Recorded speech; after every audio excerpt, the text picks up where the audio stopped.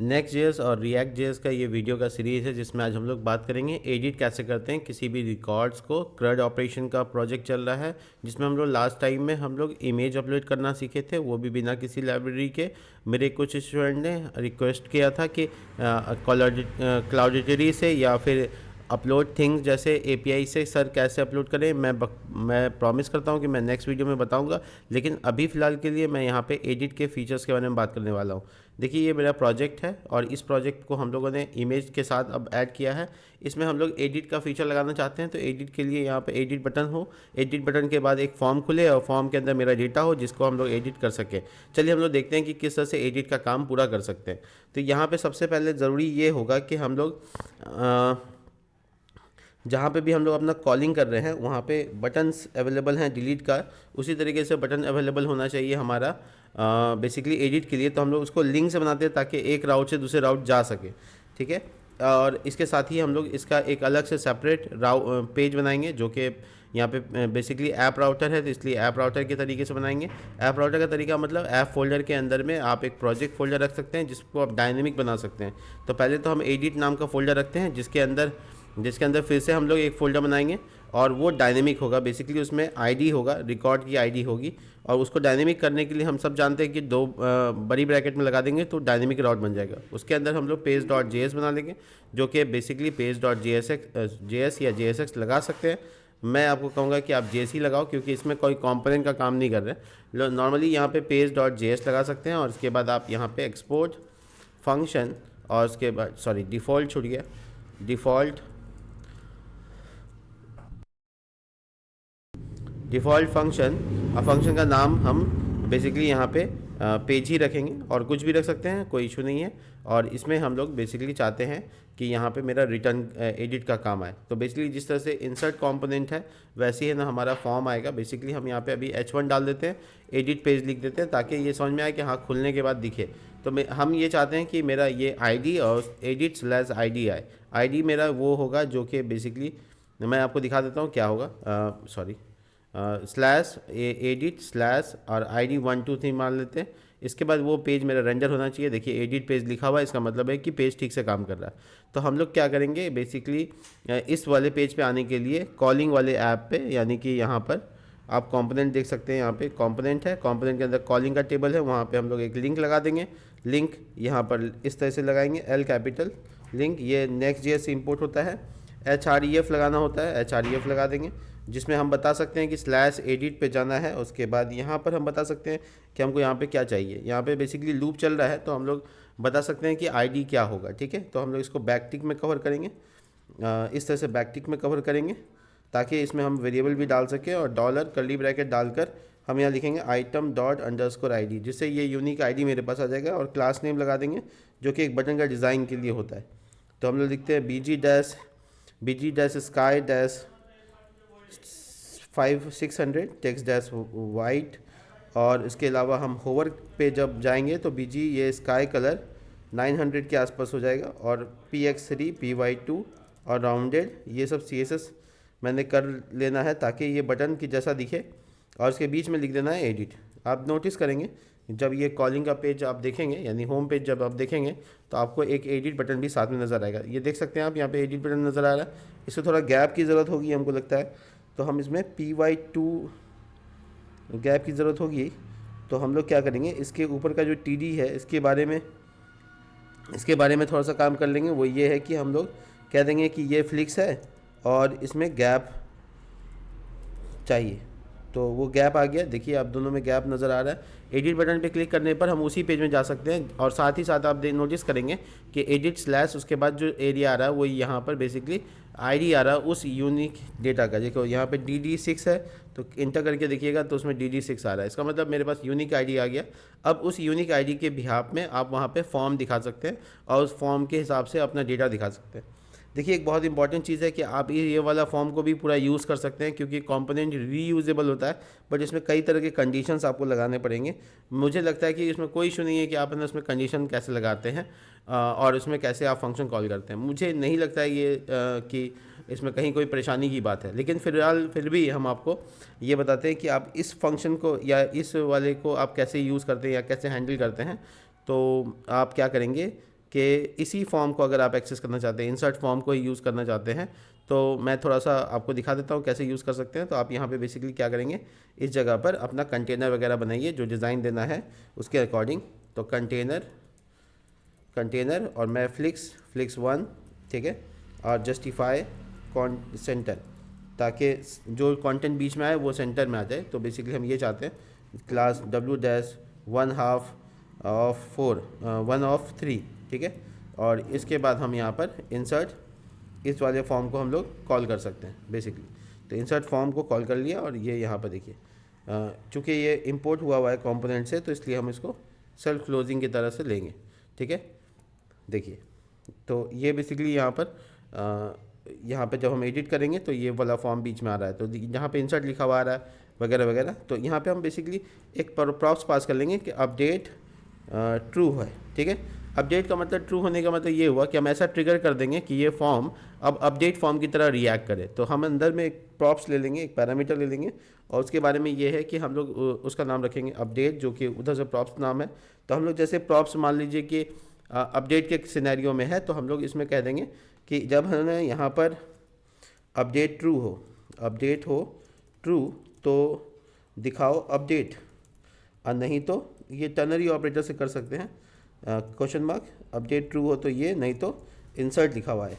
तो आपको एक कंडीशन मिल जाएगा कि इस जगह पे या तो इंसर्ट दिखाना है या तो अपडेट दिखाना है। आप देख सकते हैं कि जहाँ बाहर में ये फॉर्म रिएक्ट कर रहा है तो वो इंसर्ट वी कार्ड नज़र आ रहा है, क्योंकि इंसर्ट का फॉर्म है। लेकिन जैसे मैंने अपडेट को ट्रू कर दिया तो वो अपडेट फॉर्म दिखा रहा है। ये बहुत अच्छे से हम इसको मैनेज कर सकते हैं। खैर, हम अभी थोड़ा सा यहाँ पर इस पेज में मार्जिन की ज़रूरत होगी, तो हम उसको दे देते हैं मार्जिन। तो आप एक ही फॉर्म को अलग अलग तरीके से ढंग से रिएक्ट करवा सकते हैं, डिज़ाइन करवा सकते हैं।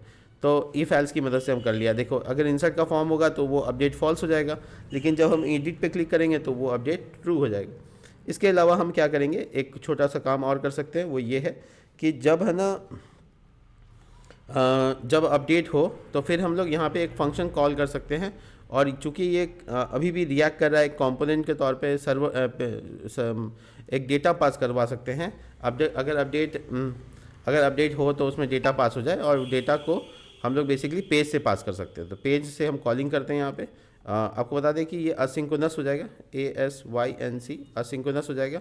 और यहाँ पे हम लोग एक वेरिएबल बना लेते हैं, और जैसे हम कॉलिंग करने के लिए बनाते हैं, आपको दिखाते हैं हम यहाँ पे page.js में हम कॉलिंग करने के लिए यहाँ बनाया भी था। देखो, ये कॉलिंग करने के लिए बनाया था, उसी तरीके से हम लोग यहाँ पे भी करेंगे। लेकिन ध्यान रहे, ये कनेक्शन भी वहाँ पे जाएगा और ये भी जाएगा। तो इसी तरीके से हम लोग इस वाले पेज में भी करेंगे। तो सबसे पहले अवेट लगाकर मैं कनेक्शन को इस्टेब्लिश कर देता हूँ यहाँ पे, ताकि कनेक्शन आ जाए यहाँ पे। देखिए, कनेक्शन आ गया। इसके बाद मैं एक कॉन्स्ट वेरिएबल बनाता हूँ, उसमें लिख देता हूँ सिंगल डाटा या एडिट रिकॉर्ड। इस तरह से कोई भी वेरिएबल का नाम हम रख सकते हैं, कोई इशू नहीं है। अवेट लगाने की ज़रूरत शायद नहीं है, मैं आपको दिखा देता हूँ बाहर वाले पेज में। और सॉरी, लगाना है। असिंक्रोनस में हर प्रॉमिस तैयार करना होता है। और इसके बाद हम लोग वी कार्ड, जो कि मेरा मॉडल का नाम है, डॉट फाइंड, क्योंकि हमको एक डेटा चाहिए तो इसलिए मैं लिखेंगे फाइंड। और उसके बाद वो जो पैरामीटर से डेटा आ रहा है उसको कैसे एक्सेप्ट करेंगे उसके बारे में बात कर लेते हैं। तो देखिए, जब कोई पैरामीटर से डेटा एक्सेप्ट किया जाता है तो हम आपको Next.js के लाइब्रेरी से बताते हैं कि कैसे उसको एक्सेप्ट किया जाता है। देखिए, ये डॉक्यूमेंटेशन है, और यहाँ पे राउटिंग में आप डायनेमिक राउटिंग के ऊपर जाएंगे तो आपको यहाँ पे प्रॉप्स को एक्सेप्ट करने का तरीका बता दिया जाएगा। देखिए, आपको एक प्रॉम्स नाम का पैरामीटर पास होता है, प्रॉम्स का नाम का पैरामीटर पास होता है। उसमें डॉट लगाकर आप उसके अकॉर्डिंग नाम रख सकते हो। जैसे एग्जांपल के तौर पे आपके पास पेज में परम्स आप पास कर दिए यहाँ पे, तो अब आप यहाँ पे यूज़ कर सकते हो आप अपना आईडी। तो परम्स डॉट आईडी इसलिए क्योंकि मैंने डायनेमिक राउट का नाम आईडी रखा है, और ये परम्स डॉट आईडी, इसके ऑब्जेक्ट की ज़रूरत नहीं है, सॉरी, परम्स डॉट आईडी। तो इससे मेरा एडिट रिकॉर्ड मेरा तगड़ा हो गया, और इस एडिट रिकॉर्ड को डाटा नाम के प्रॉप्स में हम पास कर देते हैं, ताकि मेरे पास आगे जाकर डेटा हो एडिट रिकॉर्ड नाम से। अगर मैं आपको दिखाऊं, अगर आप देखना चाहो तो मैं कंसोल करके दिखा सकता हूँ। console.log एडिट, ई कैपिटल नहीं होना चाहिए था, मेरी सी छोटी सी सिंटेक्स वाली एरर है, ठीक है। ये एक्सपोर्ट क्या हो गया, एडिट रिकॉर्ड, ये स्मॉल में लिखना सही रहेगा, कैपिटल में अवॉइड करना चाहिए। तो ठीक है, मैं जब पेज को रिफ़्रेश करूँगा तो आप नोटिस करेंगे कि यहाँ पर filter find must have the object. अच्छा, तो यहाँ पे गलती कर रहे हैं हम, वो ये है कि फाइंड बाय आईडी भी करके एक ऑप्शन होता है, मैं दिखाता हूँ आपको। फाइंड बाय आईडी शायद ये होता है, और हाँ ये हो गया। देखो, तो जो डेटा मेरा फाइंड हो रहा है, जो डेटा मेरा एक सिंगल डेटा है, वो डेटा आ रहा है बेसिकली, आप नोटिस कर सकते हैं वो कंपाइलेशन में वो डेटा मेरा एक सिंगल डेटा आ रहा है ऑब्जेक्ट के फॉर्म में, इसलिए हम कंसोल करके आपको दिखाए। अब हटा देते हैं। अब आप देख सकते हैं कि ये एडिट रिकॉर्ड यानी डाटा नाम का प्रॉप्स इस इंसर्ट फॉर्म में है, ठीक है। तो हम यहाँ पे आकर बोलेंगे कि एक और प्रॉप्स है मेरे पास जिसका नाम है डाटा। तो डाटा नाम का अगर प्रॉप्स होगा तो आपको कहाँ पे क्या दिखाना है वो उस पर बात कर लेते हैं। जैसे मान लो नेम में हमको नेम दिखाना है, तो हम वैल्यू में लिखेंगे कि यहाँ पे छोटी ब्रैकेट डाटा डॉट नेम अगर है तो डाटा डॉट नेम अगर है तो तब आप डाटा डॉट नेम प्रिंट कर दो। मतलब बेसिकली हम दिखाना चाहते हैं अपडेट में फॉर्म, पता नहीं कितना सही है, लेकिन ये डेटा यहाँ पे फ़िलहाल आया नहीं। हाँ आ गया, ये देखो सादिक आ गया। अगर हम पीछे जाएँ, बैक आए, तो यहाँ पे डाटा डॉट नेम करके एक एरर भी आ रहा है। क्यों एरर आ रहा है? क्योंकि इंसर्ट में ये डाटा डॉट नेम नहीं है। इसके लिए हम यहाँ पे कंडीशन लगा सकते हैं कि अगर डाटा है तो इसमें देखो यहाँ पे ब्लैंक आ रहा है, यहाँ पे डाटा नहीं है इसलिए ये खाली आ रहा है। लेकिन जब हम एडिट में जाते हैं तो वहाँ रॉकिंग आ रहा है। इसका मतलब जब डाटा है, डाटा नाम का प्रॉप्स है, तो डाटा डॉट नेम दिखा दो। ये एक टर्नरी एक तरीके का कंडीशन लगा दिया वैल्यू पे, या वैल्यू कब दिखाना है और कब नहीं दिखाना। इसी तरीके से हम इसमें भी डाल देंगे, और इसमें भी यही कहेंगे कि डाटा अगर है तो आप इसका कॉन्टैक्ट दिखा दो, ठीक है। देखो कॉन्टैक्ट दिखा दिया। और मुझे लगता है कि इमेज का स्थिति, इमेज की स्थिति में हमको क्या करना चाहिए, तो ये हो जाएगा कि अगर आप इमेज को अपडेट अभी नहीं करना चाहें, फ़िलहाल मैं अपडेट का इमेज का अपडेट अभी फ़िलहाल हटा देता हूँ, ठीक है। तो मैं कर्ली ब्रैकेट डालता हूँ, डाटा अगर है तो डाटा अगर उल्टा कर देते हैं, डाटा अगर नहीं है तब दिखाओ, ठीक है। तो मैं ये कर्ली ब्रैकेट पूरे एरिया को कवर करने के लिए लगा देता हूँ। तो इससे क्या होगा कि अगर डाटा नहीं है तब आओ, अगर डाटा है तो मत आओ, ठीक है। तो ये बेसिकली अपडेट के फॉर्म से हट गया। तो आप नोटिस करेंगे कि यहाँ पे इमेज है, लेकिन जो एडिट वाले पेज फॉर्म में जाते हैं वही फॉर्म है, लेकिन वो कंडीशन के हिसाब से अपने एडिट वाले यानी इमेज वाले सेक्शन को हटा दे रहा है। मैं आपको नेक्स्ट वीडियो में बता दूंगा कि कैसे इमेज को अपडेट करना है। मुझे लगता है कि इमेज अपडेट करने के लिए अलग से काम करें तो ज़्यादा अच्छा रहेगा। आप एडिट में भी काम कर सकते हैं, ऐसा कोई दिक्कत नहीं है, लेकिन हम आपको यहाँ पे एक छोटी सी गाइडलाइन के तहत हम बता रहे हैं कि आप यहाँ पे डाटा का इमेज को यूज़ कर सकते हैं और नहीं भी कर सकते। तो दोनों तरीका है, हम आपको दिखा देते हैं कि अगर आप एडिट में इमेज नहीं चाहते हैं तो फिर आपको क्या करना है, ठीक है। फिर से अगेन यहाँ पे इंसर्ट है, तो आप चाहते हैं ये है कि यहाँ पे अगर तो मुझे इस कंडीशन की ज़रूरत ही नहीं पड़ेगी। सॉरी, ये जो अपडेट मैंने डाला है ना, इसकी ज़रूरत ही नहीं। मैंने डाटा से कंडीशन ट्रू फॉल्स कर सकते हैं। तो अगर डाटा है तो अपडेट, नहीं तो मुझे लगता है ठीक है, ये वाला सही रहेगा। और ये जो पेज में मैंने अपडेट पास किया, अपडेट ट्रू, इसकी ज़रूरत नहीं है। अगर डाटा है तो अपडेट मानेंगे, नहीं है तो अपडेट में नहीं मानेंगे, ये भी कर सकते हैं। तो बहुत आसान हो जाएगा। मैंने इसमें थोड़ा सा सिंप्लीफाई करने की कोशिश की है। तो मैंने अब कहीं पे भी अपडेट से रिलेटेड बात नहीं की है। डाटा अगर है, ठीक है, तो फिर डाटा अगर है तो फिर अपडेट वर्ड आए, और अगर नहीं है तो इंसर्ट वर्ड आए, ठीक है।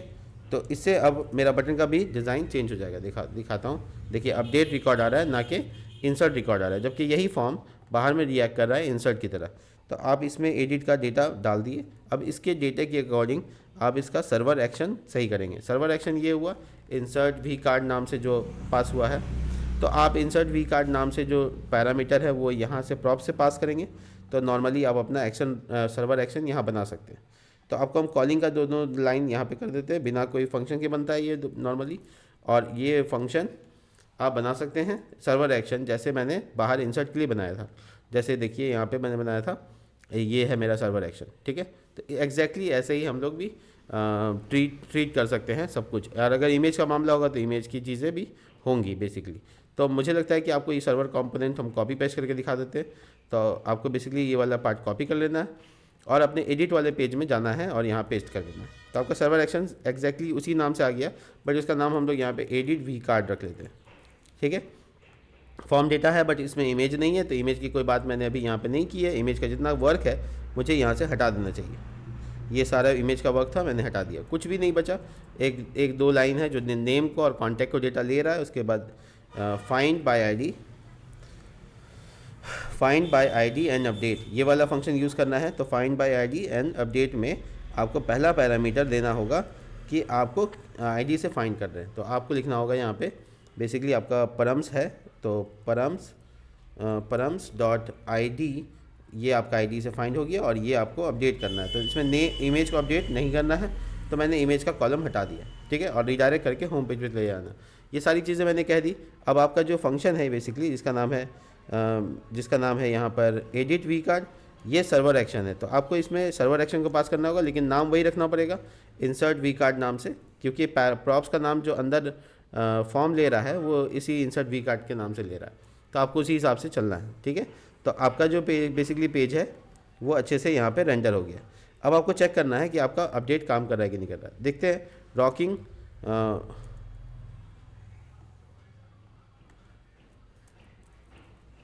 क्यों नहीं लिखा जा रहा है ये, ओ सॉरी, ये लिखा क्यों नहीं जा रहा है, ये मुझे देखना बहुत ज़रूरी। तो वैल्यू तो मैंने दे दिया, एक मिनट मैं देखता हूँ क्या बात है। इंसर्ट फॉर्म डाटा पास किया गया है, इसका नाम फॉर्म डेटा का यही है, ठीक है। असिंक्रोनस इंसर्ट डाटा, ये एक्शन का नाम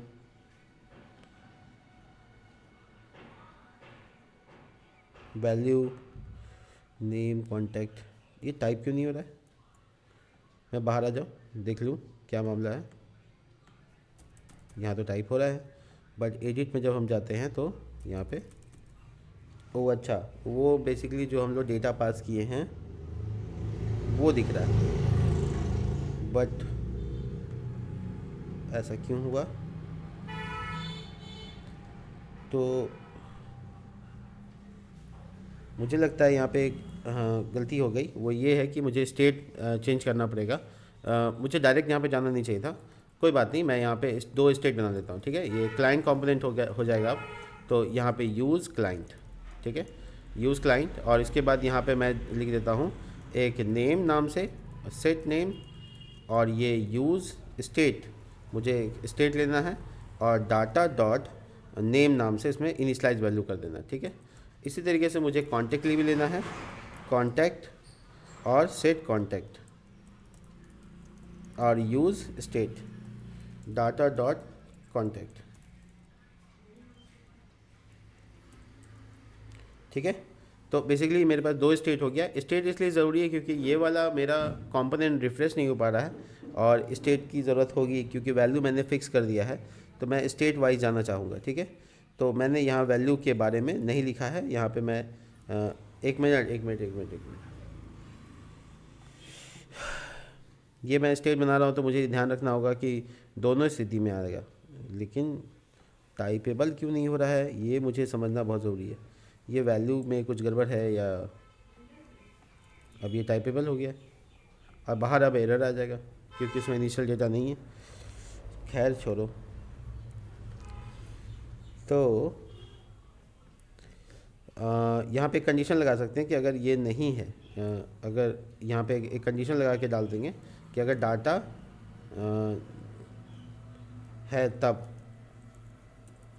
है तब ये डाटा डॉट नेम, और अगर नहीं है तो ये ब्लैंक है, ठीक है। इस तरह से डाल देते हैं, और यहाँ पे भी यही करते हैं कि अगर डाटा है तो ठीक है, डाटा डॉट कॉन्टैक्ट, और नहीं तो ब्लैंक, ठीक है। तो ये इनिशियल वैल्यू में एरर नहीं आना चाहिए। देखो नहीं आ रहा है, यहाँ पे टाइप हो रहा है, यहाँ पे भी टाइप हो रहा है, ठीक बात है। और एडिट में भी टाइपेबल बनाना है था, तो एडिट में हम लोग यहाँ पर इस जगह को हटाकर अब सीधा लिखेंगे वैल्यू, और यहाँ पे लिखेंगे नेम, ठीक है। और ऑन चेंज भी लगा सकते हैं कि अगर चेंज होगा तो क्या होगा, तो सेट नेम नाम का फंक्शन चलेगा जो कि इसी को टारगेट करेगा। तो इसमें ई यानी कि इवेंट को पास कर देंगे, और यहाँ लिखेंगे E dot target dot value, ठीक है। तो basically E dot target dot value से शायद ये ठीक ठाक काम करेगा। तो इसी तरीके से हम लोग इसमें भी पास करेंगे कॉन्टैक्ट को, तो इसको करेंगे कॉन्टैक्ट वेरिएबल जो कि स्टेट से आ रहा है। ऑन चेंज जब हम इसमें बदलाव करेंगे तो ये ई और ये basically set contact E dot target dot value, ठीक है। तो ये हो गया पक्का। तो अब मैं शायद इसमें टाइप कर सकता हूँ, देखिए मैं कर रहा हूँ और इसमें अपडेट करके दिखाता हूँ। रीडायरेक्ट वाला फंक्शन इंपोर्ट नहीं है इसलिए एरर आ गया, लेकिन मेरा एडिट हो जाना चाहिए शायद। सादिक हुसैन वंडरफुल, मेरा एडिट प्रोसेस पूरा हुआ है। हमको ये रीडायरेक्ट वाला फंक्शन खाली इंपोर्ट करना होगा, वो भी यहाँ नहीं, पेज.js में ये वाला एरर है, तो रीडायरेक्ट को इंपोर्ट कर लेना। रीडायरेक्ट नेविगेशन से आता है, आ गया। देखिए मैंने इंपोर्ट कर दिया, आपको ऊपर दिखा दे तो ये देखिए इंपोर्ट हो गया। तो अब प्रोसेस सही है। रॉकिंग लिखा हुआ है, इसकी जगह अमन पांडे लिखना है, तो अमन पांडे, ठीक है। और अगर कॉन्टैक्ट नंबर सही करना है तो आपको कॉन्टैक्ट नंबर को सही डेटा डालकर सही कर देना है। तो क्या बात है, तो आपका एडिट प्रोसेस भी अच्छे से काम कर रहा है। तो इतना मेहनत करना है आपको एडिट के लिए। और मैंने शुरू में ही इंसर्ट के टाइम में ही मुझे स्टेट बना लेना चाहिए था, लेकिन मैंने बनाया नहीं, फ्यूचर देख कर नहीं बनाया। तो आपको स्टेट के हिसाब से अगर कोई चीज़ चेंज करोगे तभी तो होगा, नहीं तो जो टाइप कर रहे हो वो स्टेट वैल्यू में फिर चेंजेस नहीं दिखाएगा। इसके लिए ज़रूरी है कि आप स्टेट बनाएं और इसको क्लाइंट सर्वर पे रखें, ठीक है, क्लाइंट कंपोनेंट पे, सॉरी। तो क्लाइंट कंपोनेंट पे रख के आप इस काम को कर सकते हैं। और मुझे लगता है कि ये सारी चीज़ें सॉल्व हो गई, ठीक है। Only we can pass a client component from the server object to JSON method. ये देखो, ये कह रहा है कि आप जो ऑब्जेक्ट पास कर रहे हो शायद वो आपको प्रॉप से जो आ रहा है उसको ऑब्जेक्ट में होना चाहिए था। तो शायद मेरी क्या गलती होगी इसमें, मुझे लगता है कि गलती नंबर 1 ये होगा। मैं चेक कर लेता हूँ, ऐसे कोई बहुत मेजर तो नहीं है, वार्निंग दे रहा है। ये जो यहाँ पे डेटा आया ना, ये calling await is equal to calling vcard.json, शायद ये फंक्शन से सॉल्व होता है थोड़ा सा। कॉलिंग में मुझे देख लेता हूँ क्या JSON नहीं है कोई, टू JSON। मुझे कह रहा है कि ये JSON में आप कन्वर्ट करो, तो मुझे लगता है कि JSON में कर लूँगा बाद में, इशू नहीं है कोई। मैं नेक्स्ट वीडियो में देखता हूँ, तब तक के लिए बाय, ठीक है।